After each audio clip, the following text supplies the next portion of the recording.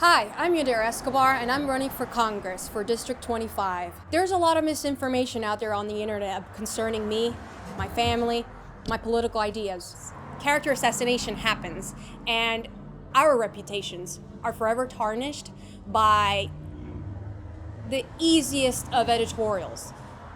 5 minutes online can ruin a person's life forever. One of the reasons why I'm running for Congress is that ever since I was a little girl, I was raised here in South Florida.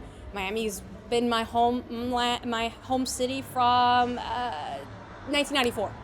So I know very well what goes on in both aisles of the political discussion. I've heard what Democrats have to say. I've heard what Republicans have to say, what the fringe of both parties have to say, and what normal centrist folks like me have to say about the whole picture.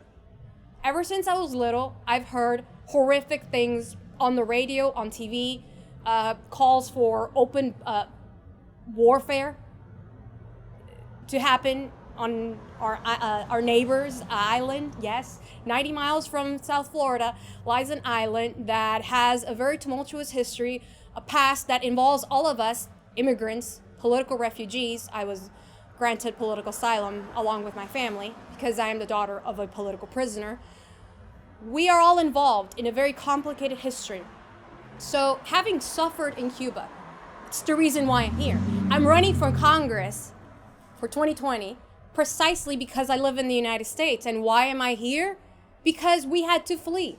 We are political refugees. We had no life. There was no option for us because back in the day, if you didn't work for the state, you had no other option. We didn't accept the social contract. That's why my parents picked their 2 kids and we left. For years, I have been labeled something that I am not. And that, ladies and gentlemen, is just your classic definition of what authoritarianism is. No, I am not a communist.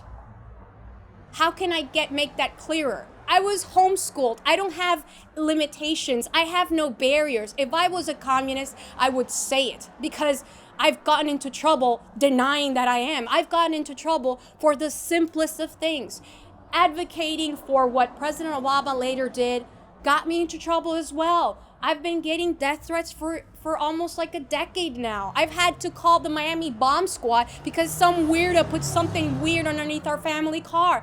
That's the reality that we live in. If you have your own sovereign, independent idea in South Florida, the media will confront you and they will put words in your mouth and they will get things out of context so that they, in alliance with the political class, with the political establishment, continue to reap the benefits of the Cuban people's suffering. And the same goes for all other communities. Those who mock my pain, those who deny me my real identity, putting words in my mouth, distorting the facts, omitting entire years of my life. Because for years, as the spokesperson and vice president of a nonprofit here in South Florida, we advocated for the release of the political prisoners. We advocated for the elimination of the white card, which kept us locked in Cuba for 4 years.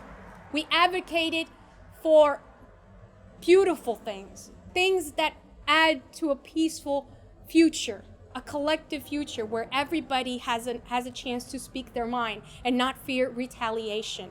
But of course, entire chapters of my life are censored, are omitted, so that they can run this fraudulent narrative that I don't recognize as me, because that is not who I am. That's not Yadira Escobar. What are you talking about? Why aren't you mentioning the fact that my mother's disabled? Because when she was pregnant with my little brother, she was pushed aside. She was the victim of police brutality. And she told me, when we were suffering that police raid in our humble home in Cuba, she told me, do not forget what you are living. Do not forget what you are seeing. This is what happens in Cuba. And I was screaming because I didn't want a stranger touching me. I didn't want no police officer in full uniform, a very tall man, to be grabbing my legs and ripping apart the shoes that morning my father had bought for me. And I was super grateful because I was barefooted. because the revolution impoverished my family. We lost properties, we lost businesses, we lost homes, we lost wealth, lands even, eventually. That's what the revolution did to me. But that day that we were the victims of police brutality in Cuba still exists in my mind, and I can't recount it. I tried not to get emotionally involved, but I cannot just stay numb to what I experienced in Cuba.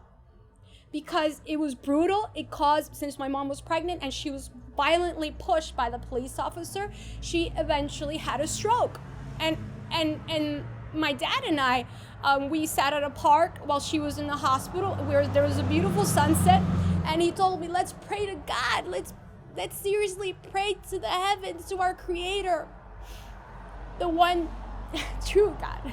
Let's pray to him so that your mother survives. And she did, and I'm so happy for it, because she wasn't just another nameless person that the local Miami press, the establishment press, won't ever mention, because they hitch on one or two people so that they represent an entire dissidence, an entire opposition, so that everybody else is silenced. We are living essentially in a dictatorship of the mind, and we are denied continuously our real identities. People are afraid to speak in Miami. They write to me in private saying, thank you so much for daring to confront the establishment down here, because people like us are always denied a right to speak, because we are genuine, because we are real, and we weren't created. We're not puppets of some mafia trying to continuously reap the benefits and make millions of dollars off of the suffering of our neighbors. It doesn't matter how much they bark today, because tomorrow we will confront them and they will be judged for their injustices, and the world will see just how primitive the battleground here is in South Florida.